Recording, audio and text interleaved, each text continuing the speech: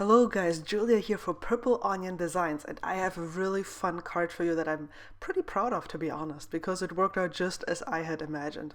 I'm going to be using Ginger, this really cute raccoon with the pumpkin. It's a stamp by Purple Onion Designs. These are red rubber stamps.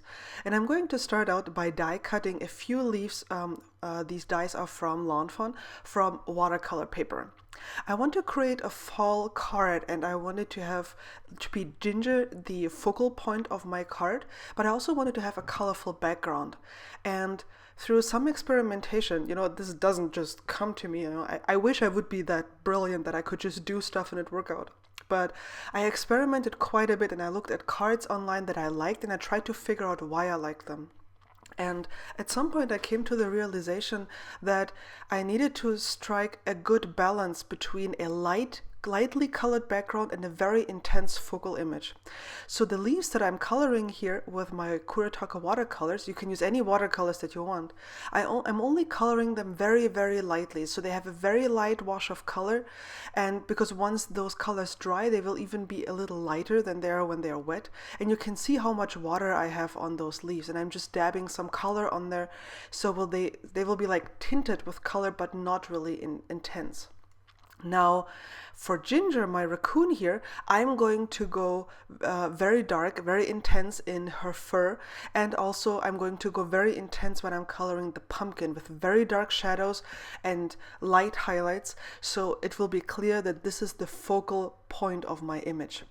Since the coloring is going to take some time, I am going to speed this up here a little bit and play some music for you and catch you on the flip side.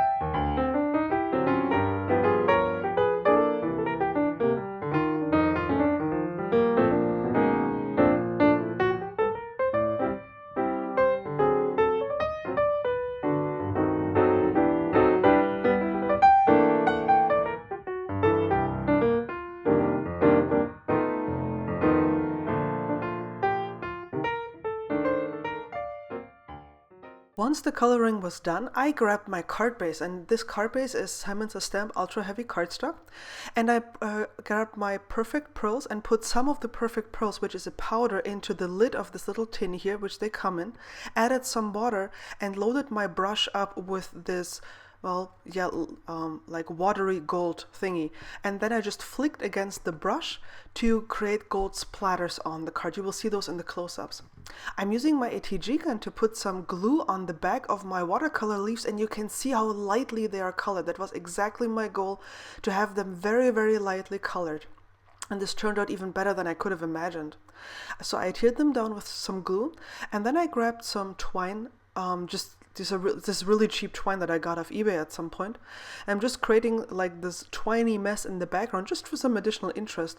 I put a lot of foam tape on Ginger, who I fuzzy cut. That was before I had my scan and cut machine. I fuzzy cut her, and then I'm foam mounting her onto this mess of the twine.